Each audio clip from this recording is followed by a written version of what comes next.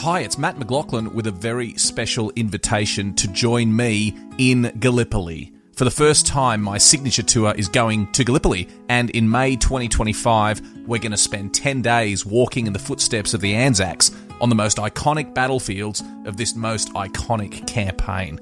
And joining me on this epic adventure is the one and only Peter Hart. You've read the books, you've listened to the podcasts, now walk the ground with Peter and me. Now, this is a one-off tour. It's the only tour I'll be personally escorting in 2025, and having Peter Hart with me just makes it all the more special. I have no idea if we will ever run this tour again, so don't miss the chance to join us in Istanbul on the 21st of May, 2025. Visit battlefields.com.au for full details, and I look forward to seeing you in Gallipoli. Ryan Reynolds here for, I guess, my 100th Mint commercial. No, don't. I mean, honestly, when I started this, I thought I only have to do like 4 of these. I mean, it's unlimited premium wireless for $15 a month. How are there still people paying 2 or 3 times that much? I'm sorry, I shouldn't be victim blaming here. Give it a try at mintmobile.com/switch. Whenever you're ready. $45 upfront payment equivalent to $15 per month. New customers on first 3-month plan only. Taxes and fees extra. Speed slower above 40 gigabytes. See details. Thanks for listening to Matt McLachlan History. Become a subscriber to receive exclusive bonus episodes, ad-free listening, early access to all episodes, and special member-only events. Click on the link in the show notes or visit patreon.com/mmhistory. Hello everyone, welcome to Living History from a rather wet and gloomy London.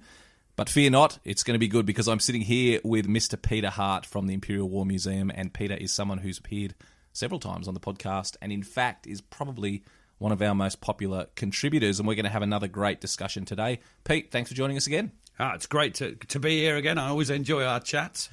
Last time we got together was in Gallipoli after spending lots of time trekking over the battlefields, and so if you haven't listened to those ones, go back and check them out because Pete and I had some fantastic insights into Gallipoli after spending days and days walking the battlefields. It was a good trip, wasn't it, mate? It was a fantastic trip, and I always say to everyone, if you can get out there, if you can afford it and get the time, go. It's fantastic. Yeah, I don't argue with you there. It's absolutely brilliant, and I've got my signature tour coming up next year to Gallipoli. And Mr. Peter Hart will be joining me on that tour. So if you want to come to Gallipoli, great opportunity to come along with Pete and I and walk the battlefield. Not talking about Gallipoli today. We are talking about the First World War, but focusing on the broader picture.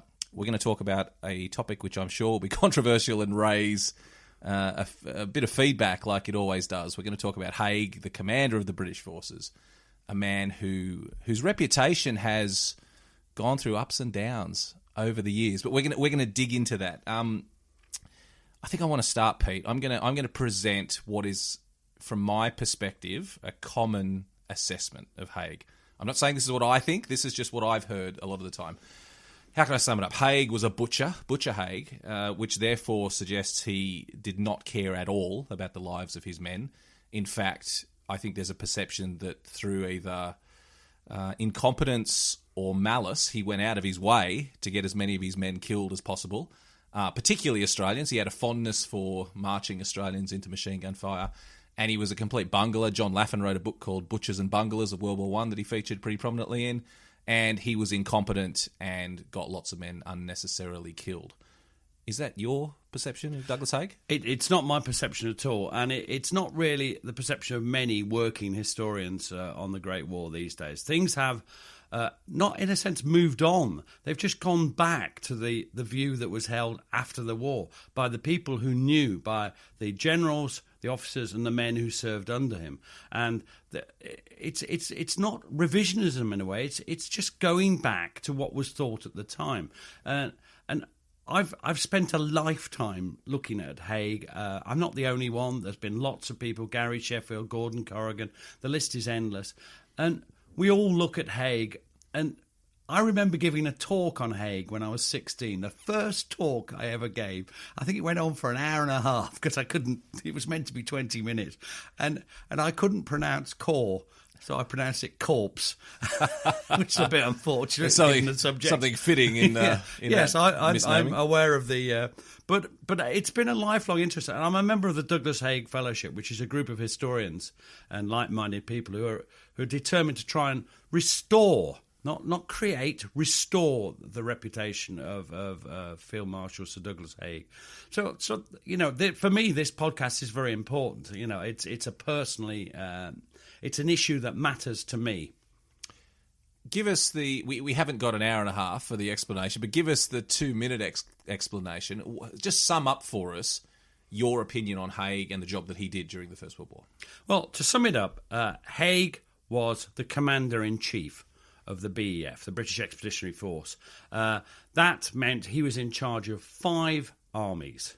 5 full armies. Now, people often think they talk about people like Curry and Monash and as possible future commanders. Those people were several layers below. They commanded corps, or corpses, as I used to call them. They commanded a corps, and that's 1/2 or 2/3 or even a quarter of an army. Haig had 5 armies. He was in charge. He had to deal with all the basic planning. His staff were in charge of fundamentally everything, not him, but him and his staff.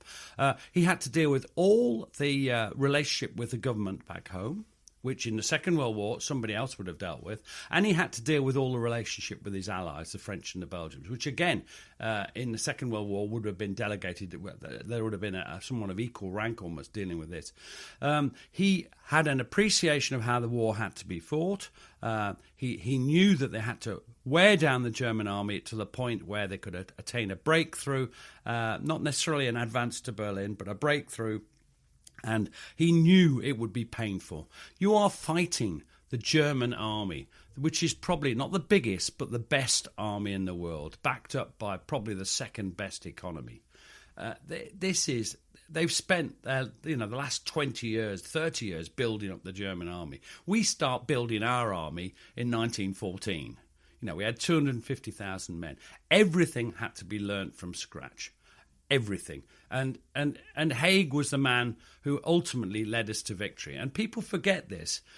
We didn't win the war by accident. We won the war as a result of the hard fighting put in by the British, the Australians, the Canadians, most of all, perhaps the French, which we sometimes forget, and the Belgians, and of course the Americans. Let's not forget them. It's a collegiate effort. It's an Allied victory, and Haig was right at the centre of this, pulling strings, working with the Supreme Commander Foch in 1918, and he did deliver with Foch victory.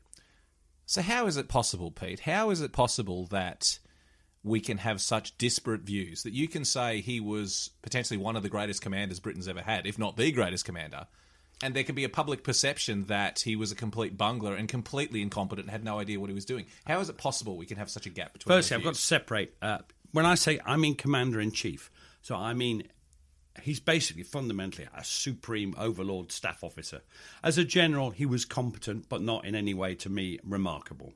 He was basically an organizer, and that is very important, I think, to grasp. How did this view arise? It arose... Haig really picked his enemies. His first enemy was the German Empire, and that's a humdinger. The second one is Lloyd George, and the third one is Winston Churchill. Now, those two politicians are brilliant men. But they share one thing in common: no grip or grasp of strategy whatsoever, or tactics, but strategy is what we're really dealing with those two gentlemen. And in the end, at every stage, they were proved wrong. Gallipoli, complete madness. Salonika, what a waste. Various offensives in Palestine, what was that for? The Italian campaign, well, that's slightly different. But they proved wrong. We weren't going to win the war in 1918, were we, according to Churchill and Lloyd George? Well, actually, we did, according to Foch and Haig. Do you see what I mean? And at every stage, they proved wrong. Haig died in January 1928, and then the memoirs start coming out. And both Lloyd George and Churchill used a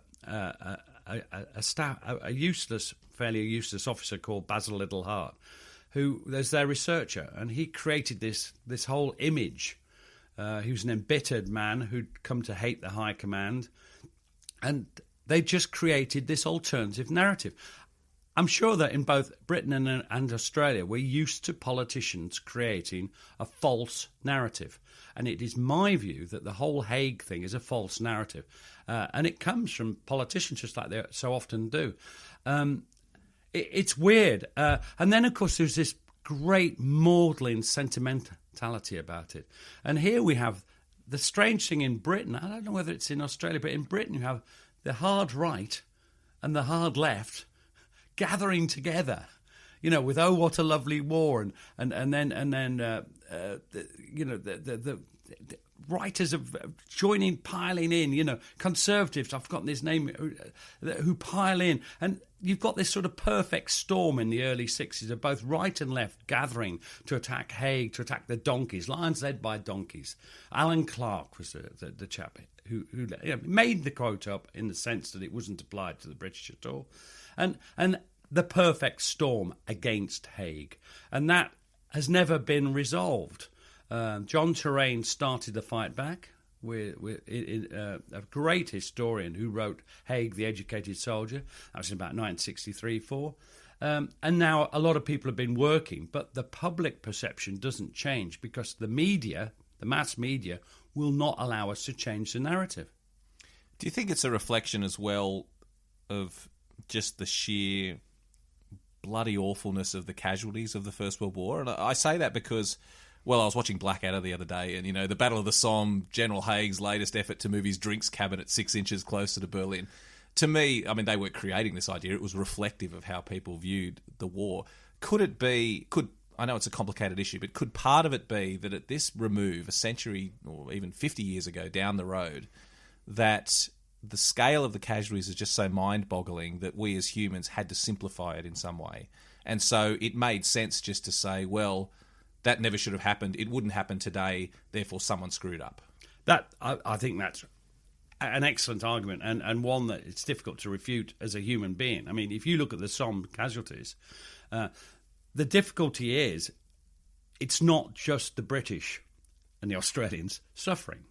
The French had much worse casualties than us. They lost 27,000 men dead on the first on the Battle of the Frontiers. The day before, we lost 600 dead at the Battle of Mons. We're not the only ones to suffer. The French had much higher casualties. The Italians suffered dreadfully. The Germans and, of course, the Russians. When the Americans came into the war, their rate of casualties was terrible. It is a terrible war, but the British aren't used to it. We've got a navy. That's what we're interested in, the navy. We're not used to having people killed in tens of thousands. We're not used to continental warfare, and we didn't like it, and we don't like it. For instance, in the Second World War, partly, I believe, informed by what happened to us in the First World War, we are quite content to let the Russians take the brunt of the work. I mean, D-Day is an amazing achievement. Arnhem, battles like this are never to be forgotten, nor the North African campaign. But the bulk of the heavy lifting was done by the Russians. The main German army had been defeated before we landed on D-Day, in my view. And this has been part of response. If you fight a continental war, you will suffer murderous casualties. They always have. Napoleonic warfare, it's always murderous. That doesn't mean that the people in charge are murderers or evil or the rest of it. They are actually carrying out their duty. A word that we often hear applied to World War I generals, and Haig in particular, a phrase, is the learning curve. And what people mean by that is that there were new technologies, new tactics, new strategies to be employed in the First World War for the first time, and that all generals suffered the effects of having to catch up to the technology as it sped ahead. That the way to fight a war was not keeping pace with technology, and generals had to learn, and it was a steep learning curve. Where do you stand on that argument? Well, it's very interesting because, the idea that Haig was against new technology is ludicrous. And I know you know that, Matt. If there's an advocate of tanks in the First World War, it's Haig. Not the tank corps. Haig ordered the 1,000 tanks despite their less than stellar performance on the 15th of September during the Battle of the Somme. Haig is always behind the use of tanks. Machine guns, despite the rumours to the contrary, he was for and understood.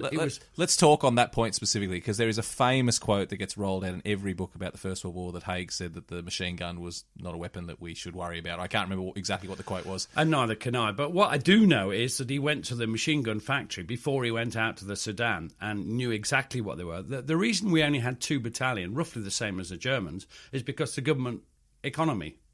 And as soon as we could get more, we had more. And of course, who was behind bringing in so many Lewis guns? Not Haig on his own, but Haig and his staff.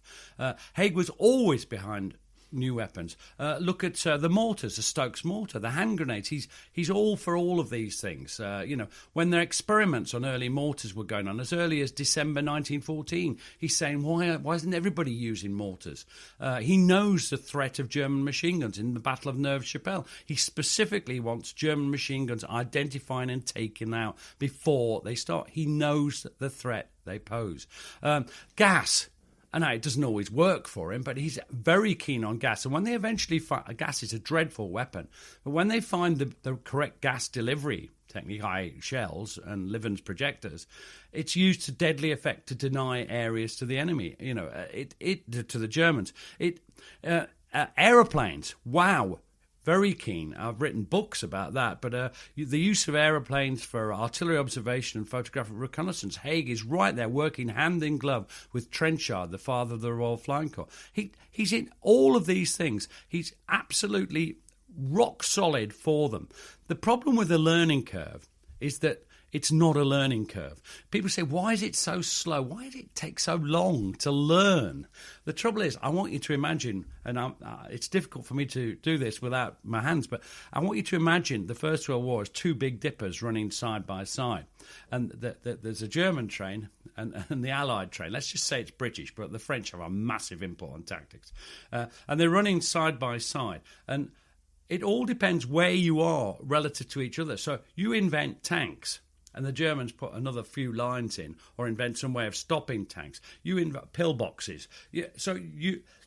It's not a static enemy. You're not fighting a static enemy. The enemy is a vibrant, aggressive, learning body. And whatever you do, they respond. So it's like 2 big dippers going up and down. It's no simple learning curve. That has always been a fatuous example. It's 2 big dippers running side by side. And where you are depends. So you have British heavy bombardment at Neuve-Chapelle, but then the Germans bring in 2 lines. Loose, try gas. Germans by then have got 3 lines. Somme, mass bombardment. Then they've got 3 trench systems, of which 2 are fully fledged. They've developed the use of redoubts. By Passchendaele, they've got pillboxes in. Everything is always changing. There are responses and that is why it's not fighting a static target. And so many people think that the Germans are just some monolithic statue that doesn't move. And why can't we beat them? Well, surely we can learn, but the Germans do learn. And remember, their staff officers, their generals are much more experienced than ours. One of the biggest problems in the British Army is that most of our, if you look at staff officers, the ones who passed staff college in 1914, they all went off to join their regiments to see some real fighting.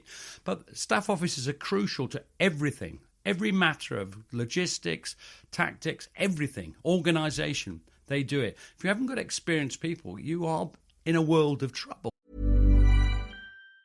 1-800-Flowers.com knows that a gift is never just a gift. A gift is an expression of everything you feel and helps build more meaningful relationships. 1-800-Flowers takes the pressure off by helping you navigate life's important moments by making it simple to find the perfect gift. From flowers and cookies to cake and chocolate, 1-800-Flowers helps guide you in finding the right gift to say how you feel. To learn more, visit 1-800-Flowers.com/ACAST. That's 1-800-Flowers.com/ACAST. When it comes to weight loss, no 2 people are the same. That's why Noom builds personalized plans based on your unique psychology and biology. Take Brittany. After years of unsustainable diets, Noom helped her lose 20 pounds and keep it off. I was definitely in a yo-yo cycle for years of just losing weight, gaining weight, and it was exhausting. And Stephanie.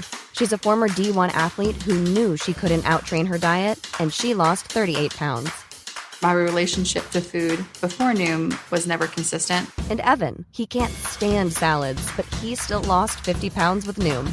I never really was a salad guy. That's just not who I am. Even through the pickiness, Noom taught me that building better habits builds a healthier lifestyle. I'm not doing this to get to a number. I'm doing this to feel better. Get your personalized plan today at Noom.com. Real Noom users compensated to provide their story. In 4 weeks, the typical Noom user can expect to lose 1 to 2 pounds per week. Individual results may vary.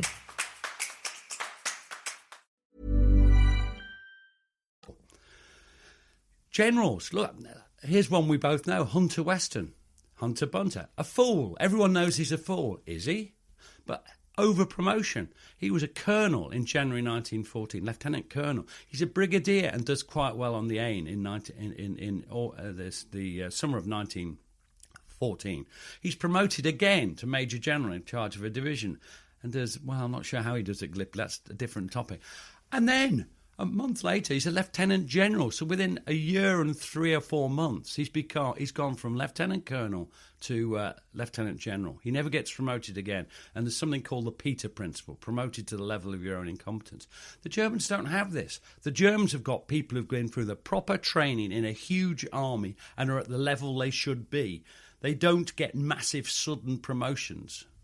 Pete, let's talk about the two claims made against Haig that I made at the top of the interview, and I'd appreciate your responses to these. Let's look at two of them. Firstly, let's start with malicious. That Haig was malicious. That the reason so many people died is Haig just didn't care. To him, men were simply to be used as cannon fodder. It didn't matter if they had wives and families. It didn't matter if thousands of them were killed.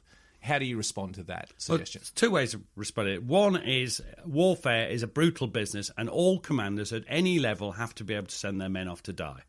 It is not nice, and you ask any officer, any senior NCO, whatever level, in the end, your job in command is to send people off, and they could and probably will get killed. When you're attacking the best army in the world, it's even more likely. You just have to close your mind off to it. Haig did not visit hospitals very often, if at all, because he didn't want his mind clouded by the horror of what he saw. I think the real judgment of the man can be seen after the war, when he spent the rest of his life, and he didn't live that long, he died at, 66, 67 in 1928, as we said. He spent the rest of his time working for the Royal British Legion, British Legion as it was then, which he insisted was a non-rank organisation. He went round, he did what the old claim, many very good deeds, very good work for charity, awful phrase, but he did. He was very popular on veterans organisations. There's no animosity against him that there would have been if he really was a butcher. His men, when he died, there were huge parades. We often talk about, by parades, I mean, his body, the streets were lined with hundreds of thousands of people. Hundreds of thousands filed past his body, lying in state almost. People really did appreciate his service. There was no idea at all at the time that he was a butcher or that he was malevolent or that he was maliciously or uncaring. Of course, there were individuals who thought that, and there are individuals who don't like me and you, Matt. It's impossible to imagine why. But the point is, there are people sat listening to this thinking, I don't like those two. Well, there are soldiers who think, I don't like that Haig. He's a bastard, But the point is, the bulk of the men didn't think that way. And the reason they didn't think that way is because he was all right. He did care. He just had a terrible job that demanded that he tried to put sentiment and things behind him. It's difficult for us. We are not Victorian / Edwardian gentlemen, are we? We can't see into his mind, and I think trying to pretend to is quite dodgy. I think it's interesting on that subject that you touched on it before, that other generals don't get tarred with the same brush, that the Russian generals or Foch with the French or Pershing with the Americans. don't get tarred with the brush, in spite of the fact, even Monash with the Australians, in spite of the fact that they oversaw a lot of attacks where a lot of people went in and got killed. It only seems to stick to Haig, and perhaps that's because he is the most prominent of the generals to be despised these days. But to pick up on, that's a great point, because you mentioned Haig particularly liked, right at the start, particularly liked sending Australians to their deaths. That's not Haig. That's Monash going, please, sir, I'll do it. I'll send the men in. Now, Monash knew his corps was brilliant, and the Anzac Corps was brilliant, but it's Monash saying, I'll do it. It's, Haig held them back as a special reserve and as a strike force, and the Canadians and some of the British best divisions and corps. But it's not Haig hating Australians. Let's not pretend he liked them because of their discipline. He saw their discipline as a problem, but he didn't send them to die because of discipline. He just munged about them constantly.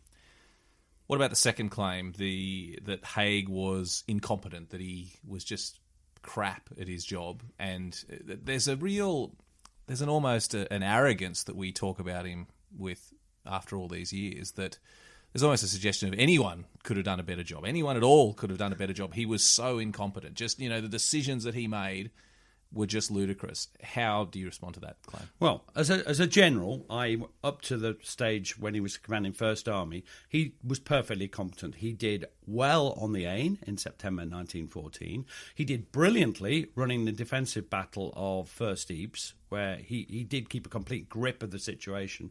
And he prepared a perfectly coherent plan, although by now he's already backing off tactics for the Battle of Neuve-Chapelle in March 1915.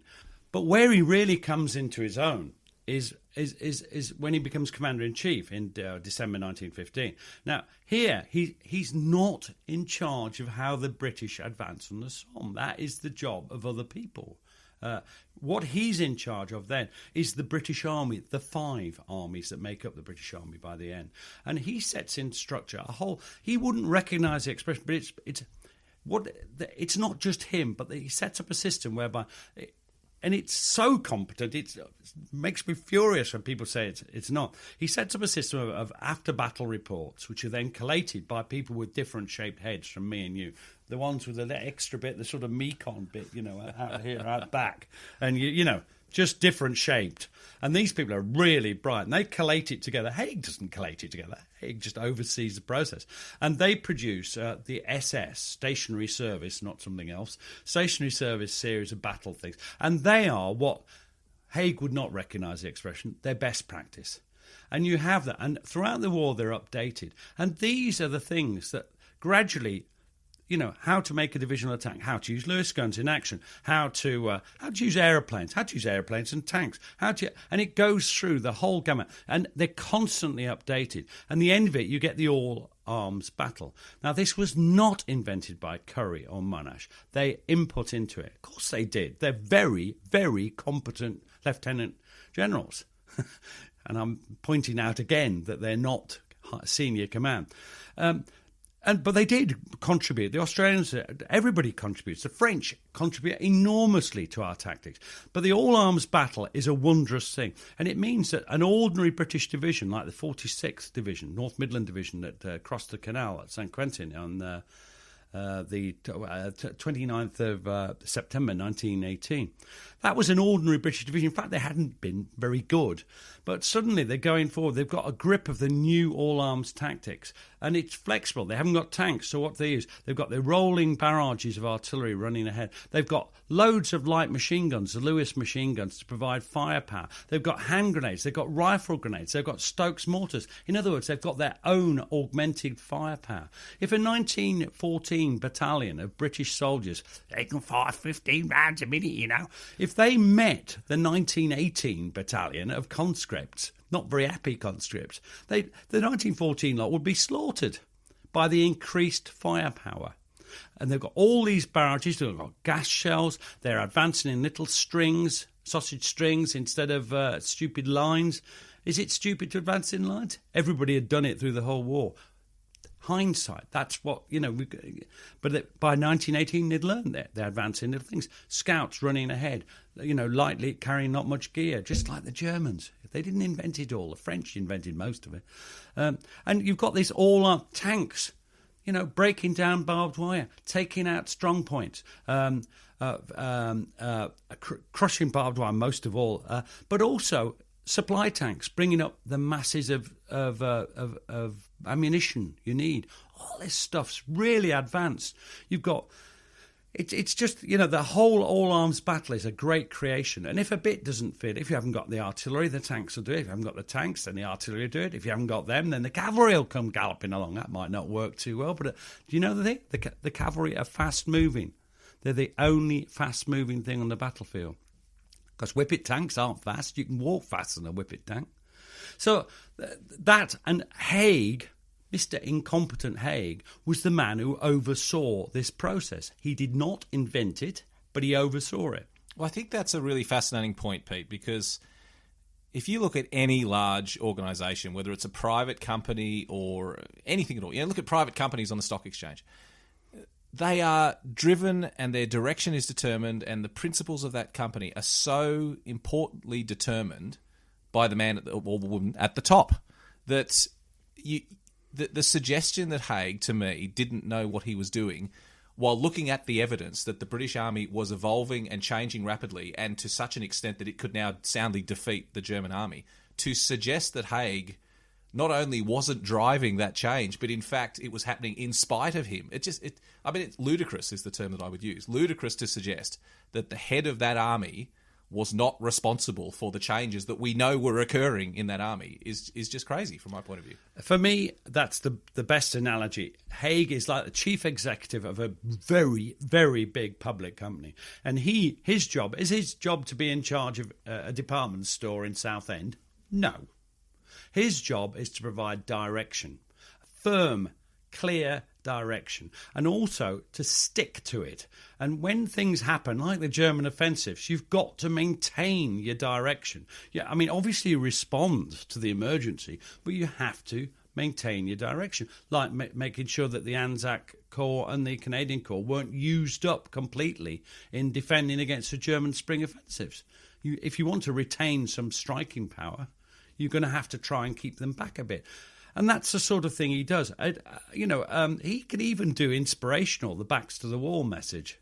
You might not think it's inspirational. Perhaps I'm dubious about it, but it worked at the time. And when people say, the soldiers hated Haig, look, they used it to wipe their bottoms with. Well, do you know, that's what soldiers do with any piece of paper that comes anywhere near them. Letters from their loved ones, backside. The order of the day from Haig, backside. Does it mean it didn't mean anything to them? Well, I don't know, but I do. That's what that's about. It's an interesting. You can tell I get overexcited to talk about this because it makes me mad sometimes. Well, let me put this to you. It's not difficult for you as someone who's a supporter of Haig to point out the things that he did well. Might be harder to say what were the things he didn't do well. When in your studies of Haig, what do you look back on and say, okay, yeah, here's what he got wrong? Well, it's two things. One, his choice of subordinates wasn't always good.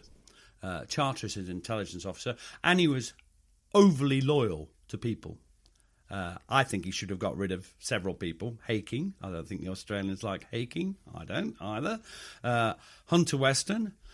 I'm told by Simon Robbins, a very excellent historian, that Haig kept them on because they were good at training troops and they weren't really used for offensives after their efforts in 1916. But that's one problem with Haig. Another problem is, I'll give you an example. He does make mistakes, and it's funny. I'm going to pick on this one because it's always used to praise Haig. But after the first day of the Somme, they have this scene where Joffre comes and says, you need to get up on that Pozieres plateau. And Haig says, no, I'm going to follow success. I'm going to sweep round to the right. We'll deal with Pozieres plateau by going round it. We're going to go up to the right where we've had success. And this is where Jack Sheldon, a great historian and a good soldier too, of course, I can't pronounce it like he had, but the Schwerpunkt, the Germans had a grip of the Schwerpunkt. And that's why when the 36th Division got up on the Schwaben redoubt, they weren't there long because the Germans said, get them off now. Haig was wrong and Joffre was right. Instead of attacking to the right, we should have concentrated our efforts on taking the Schwaben Redoubt, the Pozieres Plateau. It's not very high, but that ridge is crucial. And Haig got it wrong. And I actually think he says something to the effect of, silly old Joff, the man can't read a map. Well, I don't think so. I think Haig didn't get this one right. So I'm not saying he's perfect. Funnily enough, you'll often see that used as an example of Haig getting it right, because people always say you should reinforce success. You should reinforce success, but you should also seize the main tactical objective. Because if you don't do that, then you can waste an awful lot of time fannying about, taking things that don't matter, while the Germans hold what really matters, the Schurpunkt, as Jack calls it, Jack Sheldon. The only point I'd make, when we did take it, 5 or 6 months later, the Germans, and then winter comes, and they retreat 20, 30 miles because they can't, they've lost, the credibility of their line is gone. So they fall back. And that is a mistake by Haig. There are other mistakes. He didn't exactly cover himself in glory at Landrecies in 1914. But he did have what I believe in the technology is called a screaming shit. So I think we all understand what that means. If you've visited Gallipoli occasionally, you get a bit of that. But he wasn't very well. And he panicked a bit, I think. How much he panicked is argued about. But I don't think it matters much because nothing came of it. It wasn't a big thing. But the amount of fuss you see about these, he didn't perform at his top then, but he wasn't feeling very well. So what should be done, Pete, in your estimation? What can be done? What should be done to restore the reputation of Haig? I'm not sure it's possible. What I would like to see, and I believe should be done, is that there should be a full-on documentary, and not particularly a two-sided one. Now, we've had more than enough of the other side. I would like to see an absolute full-on, this is Sir Douglas Haig, this is what he achieved, this is what he was, faults and all, mistakes and all. I don't mind that. What I mean is just not endlessly going through the usual rubbish, but just looking at what he achieved, what he was, what he did, and I think that's the only way, because I think that will create controversy. I bet you get some trouble about this, to be quite honest, about this conversation we're having here. There are some people who literally hate Haig, yet if you ask them why, it's because their great-grandfather or their great-uncle didn't like him. Who says? A lot of, it's myth, most of it. How should he be remembered then? If you could wave your magic wand and change public perception and have him remembered the way you would like him to be remembered, what would that look like? I'd like him to be remembered as Britain's greatest commander-in-chief, but he was the only one. That's always been my, because most people only command one army, so he commanded 5. So that's my joke of it. I would like him to be remembered as a supremely competent staff officer, a man who'd done a lot to create the British Army before the war. We haven't even touched on that, but he was the man who, with Haldane, formed the Territorial Army. He was the man who arranged for 2 Indian divisions to come across in 1914. A supremely competent staff officer who managed to combine it with a drive to achieve the objectives that were set for him by the politicians in Britain, because it wasn't his plan. He didn't set the parameters of what he did. It was set in London. Pete, thank you. It's been very insightful, as you say. I'm sure we'll get some spirited feedback about this conversation, but I always love asking these important questions about history, and thanks for joining us to share your thoughts on it. Absolute pleasure. Cheers.